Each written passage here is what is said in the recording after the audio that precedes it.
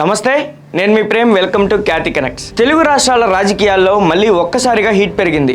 ఆంధ్రప్రదేశ్ రాష్ట్రంలో కూటమి అఖండ విజయం సాధించిన తర్వాత అటు ఏపీలోనే కాకుండా ఇటు తెలంగాణలోనూ జనసేన వేయబోయే పొలిటికల్ అడుగులపై తీవ్రమైన చర్చలు సాగుతున్నాయి. హైదరాబాద్ వేదికగా AP deputy CM Pawan Kalyan Congress mark politics పై తీవ్ర స్థాయిలో విరుచుకుపడటంతో ఇప్పటి వరకు ఒక లెక్క, ఇప్పటి నుంచి ఒక లెక్క అన్నట్లుగా సమీకరణాలు మారిపోయాయి. తెలంగాణలో జనసేన ఉంటుంది, నేను ఇక్కడి నుంచే పోటీ చేస్తా, నన్ను బెదిరిస్తారా అంటూ పవన్ కళ్యాణ్ చేసిన సంచలన ప్రకటనతో తెలంగాణలో ఏం జరుగుతుందో అనే ఉత్కంఠ అందరిలోనూ మొదలైంది. పవన్ కళ్యాణ్ ఎంట్రీతో ఇక్కడి రాజకీయాల్లో సరికొత్త ప్రశ్నలు తలెత్తుతున్నాయి. తెలంగాణలో జనసేన సింగిల్ గా గెలిచే సత్తా ఉందా? తమిళనాడులో నటుడు విజయ్ లాగా పవన్ ఇక్కడ సింగిల్ గా వస్తాడా, లేక బీజేపీతోనే పొత్తు పెట్టుకుంటారా? ఒకవేళ భవిష్యత్తులో టీడీపీ, జేఎస్పీ, బీజేపీ కలిస్తే ఎవరికి లాభం జరుగుతుంది? అలాగే ఆంధ్ర మూలాలు ఉన్న ప్రజల ఓట్లు మళ్లీ చీలిపోతే అది బీఆర్ఎస్ కి గట్టి దెబ్బగా మారుతుందా? వీటన్నిటికీ మించి బీఆర్ఎస్ పార్టీ మళ్లీ తెలంగాణ సెంటిమెంట్ క్రెడిట్ కొట్టేయకుండా ఉండటానికి అధికార కాంగ్రెస్ పార్టీ ముందే అందుకొని పవన్ కళ్యాణ్ టార్గెట్ చేసిందా అనే ఆసక్తికర అంశాల వెనుక ఉన్న అసలు కారణాలేమిటో ఇప్పుడు ఈ వీడియోలో చూద్దాం.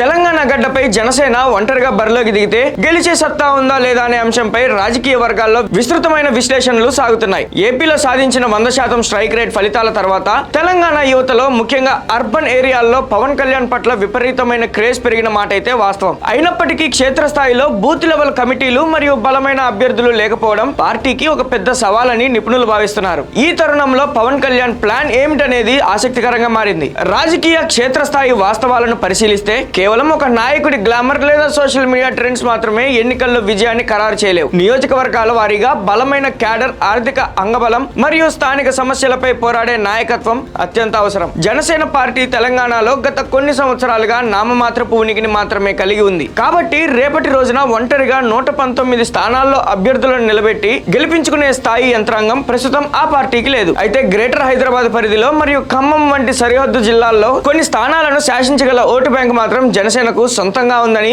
రాజకీయ సమీకరణాలు స్పష్టం చేస్తున్నాయి. తమిళనాడులో నటుడు విజయ్ తన సరికొత్త పార్టీ తమిళగ వెట్రికలగం ద్వారా ఎవరితోనూ పొత్తు లేకుండా సింగిల్ గా వస్తున్నట్లు పవన్ కళ్యాణ్ కూడా తెలంగాణలో ఒంటరి పోరాటం చేస్తారా అనే సందేహాలు వస్తున్నాయి. అయితే జనసేన ఇప్పటికే జాతీయ స్థాయిలో ఎన్డీఏ కూటమిలో కీలక భాగస్వామిగా ఉన్నందున, అలాగే గత అసెంబ్లీ ఎన్నికల్లో కూడా తెలంగాణలో బీజేపీతో పొత్తు పెట్టుకునే పోటీ చేసినందున రాబోయే రోజుల్లో ఒంటరిగా వెళ్లే అవకాశాలు చాలా తక్కువని భావిస్తున్నారు. ఒంటరిగా పోటీ చేస్తే ఓట్లు చీలిపోయే ప్రమాదం ఉంది కాబట్టి భవిష్యత్తులో కూడా పవన్ కళ్యాణ్ ఇక్కడ బీజేపీతో కలిసి ముందుకు సాగేందుకే ఎక్కువ అవకాశాలు కనిపిస్తున్నాయి. జాతీయ రాజకీయాల వ్యూహాన్ని గమనిస్తే పవన్ కళ్యాణ్ కేంద్రంలోని బీజేపీ అగ్రనాయకత్వంతో అత్యంత సన్నిహిత సంబంధాలను కలిగి ఉన్నారు. తమిళనాడులో విజయ్ అనుసరిస్తున్న ప్రాంతీయ ఒంటరి పోరు విధానం వేరు, తెలంగాణలో జనసేన ఉన్న పరిస్థితులు వేరు. ఇక్కడ బీజేపీ ఇప్పటికే ఒక బలమైన శక్తిగా ఎదిగింది. అటువంటప్పుడు బీజేపీని వదులుకొని ఒంటరిగా వెళ్లడం వల్ల ప్రభుత్వ వ్యతిరేక ఓట్లు చీలిపోయి మూడో పక్షానికి లాభం చేకూరుతుంది. అందుకే పవన్ కళ్యాణ్ తన ప్రెస్ మీట్ లో బీజేపీ ఒంటరి పోరుపై క్లారిటీ ఇస్తూనే ఒకవేళ వారు ఒంటరిగా వెళితే తాము కూడా సిద్ధమే అని సంకేతాలు ఇచ్చారు తప్ప కూటమిని పూర్తిగా కాదనలేదు. రాబోయే రోజుల్లో తెలంగాణలో ఒకవేళ ఆంధ్రప్రదేశ్ తరహాలోనే తెలుగుదేశం పార్టీ, జనసేన మరియు భారతీయ జనతా పార్టీ కలిసి ఉమ్మడిగా బరిలోకి దిగితే ఆ కూటమి వల్ల ఎవరికి ఎక్కువ లాభం జరుగుతుందనే అంశంపై తీవ్రమైన చర్చ నడుస్తుంది. గ్రేటర్ హైదరాబాద్ పరిధిలోని కూకట్పల్లి, శేర్లింగంపల్లి, ఎల్బీ నగర్, మల్కాజ్గిరి లాంటి నియోజకవర్గాలతో పాటు ఖమ్మం, నిజామాబాద్, నల్గొండ వంటి జిల్లాల్లో ఆంధ్ర మూలాలున్న ప్రజల ఓట్లు అత్యంత కీలకంగా ఉన్నాయి. ఈ మూడు పార్టీలు గనక కలిసికట్టుగా అడుగులు వేస్తే ఆ ఓట్లన్నీ గొంపు గుర్తుగా కూటమి వైపే మళ్లే అవకాశం ఉంటుంది. దీనివల్ల తెలంగాణలో ఇప్పటికే బలమైన ప్రతిపక్షంగా ఎదుగుతున్న బీజేపీకి టీడీపీ క్యాడర్ మరియు పవన్ కళ్యాణ్ గ్లామర్ తోడైతే గ్రేటర్ పరిధిలో భారీ మైలేజ్ లభించే అవకాశం ఉంటుంది. విశ్లేషకుల అంచనా ప్రకారం ఈ కలయిక జరిగితే పట్టణ ప్రాంతాల్లో మరియు ఐటీ కారిడార్ పరిసరాల్లో ఓట్ల శాతం విపరీతంగా పెరిగి అది నేరుగా బీజేపీ అభ్యర్థుల విజయానికి మార్గం సుగమం చేస్తుంది. అంటే ఈ త్రిముఖ కూటమి వల్ల క్షేత్రస్థాయిలో అత్యధిక బలం పొందేది బీజేపీ మాత్రమే అనేది స్పష్టమవుతుంది. తెలంగాణ రాజకీయాల్లో ఆంధ్ర మూలాలు ఉన్న ప్రజల ఓట్లు ఎప్పుడూ ఒక నిర్ణయాత్మక శక్తిగా ఉంటూ వస్తున్నాయి. గత 2018 మరియు 23 అసెంబ్లీ ఎన్నికల్లో గ్రేటర్ హైదరాబాద్ పరిధిలోని సెటిలర్స్ ఓటర్లు కేసీఆర్ అభివృద్ధిని, సుస్థిర పాలనను చూసి బీఆర్ఎస్ వైపు మొగ్గు చూపారు. కానీ ఇప్పుడు ఏపీలో కూటమి ప్రభుత్వం అధికారంలోకి రావడం, పవన్ కళ్యాణ్ డిప్యూటీ సీఎం కావడంతో ఇక్కడి సెటిలర్ల ఆలోచన విధానంలో మార్పులు వస్తున్నట్లు తెలుస్తుంది. హైదరాబాద్ నగరం ఒక గ్లోబల్ సిటీగా ఎదిగిన క్రమంలో ఇక్కడ స్థిరపడి ఏర్పడిన లక్షలాది మంది ఓటర్లు రాజకీయ స్థిరత్వాన్ని కోరుకుంటారు. గతంలో వారు బీఆర్ఎస్ ను ఆదరించడానికి ప్రధాన కారణం శాంతి భద్రతల పరిరక్షణ మరియు ఉపాధి అవకాశాలు. అయితే ఇప్పుడు పవన్ కళ్యాణ్ స్వయంగా రంగంలోకి దిగి ఇక్కడి ఆంధ్ర మూలాలు ఉన్న ప్రజల ఆత్మగౌరవం గురించి మాట్లాడటం, వారికి తానే రక్షణగా ఉంటానని భరోసా ఇవ్వడం వల్ల ఓట్ల సమీకరణాలు పూర్తిగా మారిపోతున్నాయి. ఈ ఓటర్లలో అత్యధిక శాతం మంది జనసేన మరియు టీడీపీ వైపు ఆకర్షితులైతే గ్రేటర్ పరిధిలోని 30కి పైగా అసెంబ్లీ స్థానాల్లో గెలుపోటముల లెక్కలు తలకిందులవుతాయి. పవన్ కళ్యాణ్ తానే స్వయంగా తెలంగాణలోనే ఉంటానని, ఇక్కడే పోటీ చేస్తానని సంచలన ప్రకటన చేయడంతో గతంలో బీఆర్ఎస్ కు పడిన ఆంధ్ర మూలాలున్న ఓటర్ల ఓటు బ్యాంకు ఇప్పుడు పూర్తిగా చీలిపోయే ప్రమాదం పొంచి ఉంది. ఒకవేళ ఈ ఓట్లన్నీ జనసేన లేదా కూటమి వైపు మలితే అది ఖచ్చితంగా బీఆర్ఎస్ కు పెద్ద మైనస్ గా మారుతుందని, వారి సాంప్రదాయ స్థానాల్లో గట్టి దెబ్బ పడుతుందని రాజకీయ వర్గాలు విశ్లేషిస్తున్నాయి. బీఆర్ఎస్ పార్టీ ప్రస్తుతం అసెంబ్లీలో ప్రధాన ప్రతిపక్షంగా ఉన్నప్పటికీ గ్రేటర్ హైదరాబాద్ పరిధిలోనే ఆ పార్టీకి అత్యధిక ఎమ్మెల్యేల బలం ఉంది. ఒకవేళ పట్టణ ప్రాంతాల్లోని సెటిలర్ ఓటర్లు బీఆర్ఎస్ కు దూరం అయితే రాబోయే స్థానిక సంస్థల ఎన్నికల్లో మరియు జీహెచ్ఎంసీ ఎన్నికల్లో ఆ పార్టీకి కోలుకోలేని దెబ్బ తగులుతుంది. కాంగ్రెస్ వైపు వెళ్ళని ఈ ఓటు బ్యాంక్ అంతా ఇప్పుడు కూటమి వైపు మళ్లే అవకాశాలు స్పష్టంగా కనిపిస్తుండటంతో బీఆర్ఎస్ తన రాజకీయ వ్యూహాలను మార్చుకోవాల్సిన కాలావశ్యకత ఏర్పడింది. ఇక అన్నిటికంటే ముఖ్యమైన అంశం బీఆర్ఎస్ పార్టీని మళ్లీ తెలంగాణ సెంటిమెంట్ క్రెడిట్ కొట్టేయకుండా ఉండటానికే కాంగ్రెస్ పార్టీ ముందే అందుకుందా అనే కోణం. సాధారణంగా బీఆర్ఎస్ ఎప్పుడు తెలంగాణ సెంటిమెంట్ మరియు ఆంధ్ర పాలకుల అంశాన్ని లేవనెత్తి రాజకీయం చేస్తూ వస్తుంది. ఇప్పుడు పవన్ కళ్యాణ్ తెలంగాణలో సభ పెట్టాలని ప్లాన్ చేయడం, ఇక్కడ పార్టీని విస్తరించాలని చూడటానికి కాంగ్రెస్ నేతలు ఒక పొలిటికల్ అడ్వాంటేజ్ గా మార్చుకున్నట్లు కనిపిస్తుంది. కాంగ్రెస్ మంత్రులు, కీలక నాయకులు ముందే పవన్ కళ్యాణ్ ను టార్గెట్ చేసి నిప్పులు చెరగడం ద్వారా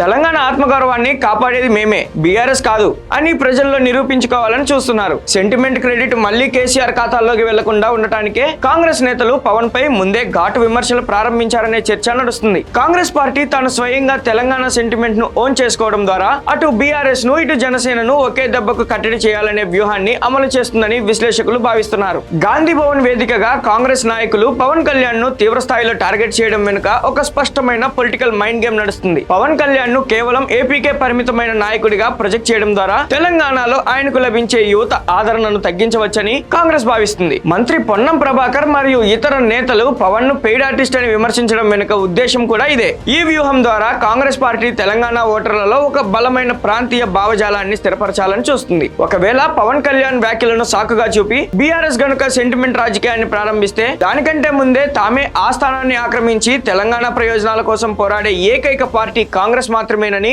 నిరూపించుకోవాలనేది గాంధీ భవన్ వ్యూహంగా కనిపిస్తుంది. ఆధునిక డిజిటల్ మరియు క్షేత్రస్థాయి రాజకీయాల్లో కొత్త తరం ఓటర్ల పాత్ర అత్యంత కీలకంగా మారింది. 18 నుండి 25 సంవత్సరాల మధ్య ఉండే ఈ జెన్జీ ఓటర్లకు పాత రాజకీయ వివాదాలు లేదా ప్రాంతీయ సెంటిమెంట్లతో పెద్దగా సంబంధం ఉండటం లేదు. వారికి కావాల్సింది తక్షణ అభివృద్ధి, ఉపాధి అవకాశాలు మరియు ఆకట్టుకునే నాయకత్వం. పవన్ కళ్యాణ్ తన ప్రెస్ మీట్ ద్వారా ఈ యువతను భారీగా ఆకట్టుకునే ప్రయత్నం చేశారు. రాహుల్ గాంధీ, ప్రియాంక గాంధీలు ఇక్కడ పోటీ చేయగలేనిది తాను పోటీ చేస్తే తప్పేంటని ఆయన ప్రశ్నించడం ఈ యువ ఓటర్లలో ఒక సరికొత్త ఆలోచనను రేకెత్తించింది. కాంగ్రెస్ నాయకులు ఒకటే చెప్తున్నా, రాహుల్ గాంధీ గారు కానీ ప్రియాంక గాంధీ గారి దక్షిణ భారత్లోకి వచ్చి వైనాడులో పోటీ చేయొచ్చు.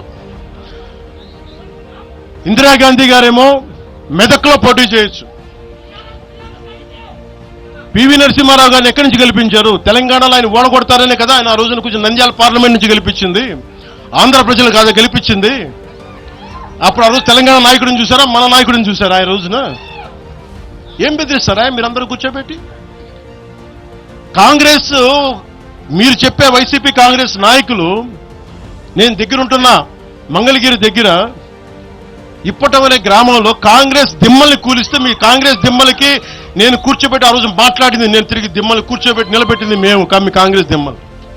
అయితే ఈ ఉత్సాహాన్ని ఓట్ల రూపంలోకి మార్చుకోవడానికి జనసేన పార్టీ ఒక ప్రొఫెషనల్ పొలిటికల్ ఫోర్స్ మరియు బూత్ లెవెల్ యంత్రాంగం అవసరం. కూటమి భాగస్వామ్యంతో ఈ లోపాన్ని అధిగమించి కొత్త తరం ఓటర్లను తమ వైపు తిప్పుకోగలిగితే తెలంగాణ రాజకీయాల్లో జనసేన ఒక కీలక శక్తిగా మారే అవకాశం ఉంది. మొత్తానికి పవన్ కళ్యాణ్ హైదరాబాద్ ప్రెస్ మీట్ రెండు రాష్ట్రాల రాజకీయాల్లో సరికొత్త చర్చకు తెరలేపింది. ఒకవైపు కాంగ్రెస్ పార్టీ ప్రాంతీయ సెంటిమెంట్ ను ముందే అందిపుచ్చుకొని జనసేనను అడ్డుకోవాలని చూస్తుంటే, మరోవైపు బీఆర్ఎస్ తన ఓటు బ్యాంకును కాపాడుకునే రక్షణ వ్యూహాత్మక వ్యూహాల్లో పడింది. ఇటు జనసేనాని మాత్రం రాబోయే 2028 ఎన్నికలే లక్ష్యంగా తగ్గేదే లేదంటూ సమరశంఖాన్ని పూరించారు. రాబోయే రోజుల్లో ఈ సవాల్ ఎలాంటి మార్పులకు కారణమవుతుందో మరియు క్షేత్రస్థాయిలో పొత్తుల సమీకరణాలు ఏ విధంగా మారబోతున్నాయో చూడాలి. ఈ సరికొత్త రాజకీయ సమీకరణాలపై పవన్ కళ్యాణ్ చేసిన వ్యాఖ్యలపై మరియు కాంగ్రెస్ నేతల కౌంటర్లపై మీ అభిప్రాయాన్ని కింద కామెంట్స్ లో తప్పకుండా పంచుకోండి. మరిన్ని తాజా అప్డేట్స్ తో మళ్ళీ కలుద్దాం. కీప్ వాచింగ్ ఖ్యాతి కనెక్ట్స్.